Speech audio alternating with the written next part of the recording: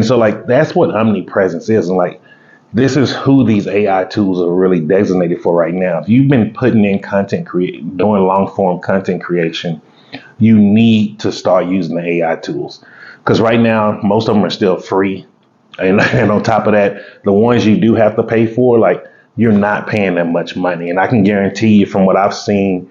Now, I remember using AI when it was at the infancy stage. If you look at some of my old videos where it's the like still frame photos or the little video clips and it's the little AI droid voice, that was the first stage of AI.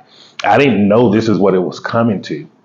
And so, like when I was first using it, everything was completely free. Like there was nothing you had to pay for. And then they ended up getting bought out by some big companies, some of the website companies, and then they just took it away for a while. And now it just now started coming back out of nowhere as Chat GPT, Opus AI, Midjourney, 10 Web, all of those different platforms.